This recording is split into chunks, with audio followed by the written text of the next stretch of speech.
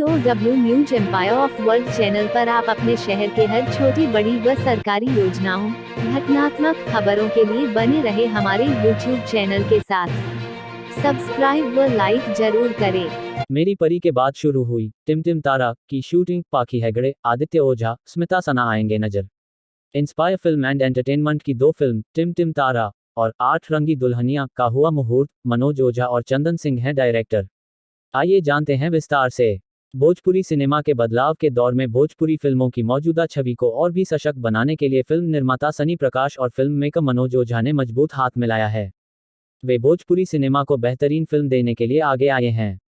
इसी क्रम में जहां इंस्पायर फिल्म एंड एंटरटेनमेंट के बैनर तले भोजपुरी फिल्म मेरी परी बनकर तैयार है, वहीं दो नई भोजपुरी फिल्मों टिम तारा व 8 रंगी दुल्हनिया का ग्रैंड मुहूर्त किया गया है। और साथ ही उन दोनों फिल्मों में से भोजपुरी सिनेमा की लकी चाम पाखी हेगड़े, हैंडसम एक्टर आदित्य ओझा, क्यूट एक्ट्रेस स्मिता सना स्टारर भोजपुरी फिल्म टिम तारा की शूटिंग भव्य पैमाने पर शुरू कर दी गई है, जिसके निर्देशक चंदन सिंह हैं। शूटिंग शुरू होने से पहले टिम तारा तथा एक और फिल्म 8 रंगी दुल्हनिया का शुभ मुहूर्त एक साथ बिग लेवल पर विधिवत पूजा अर्चना करके किया गया।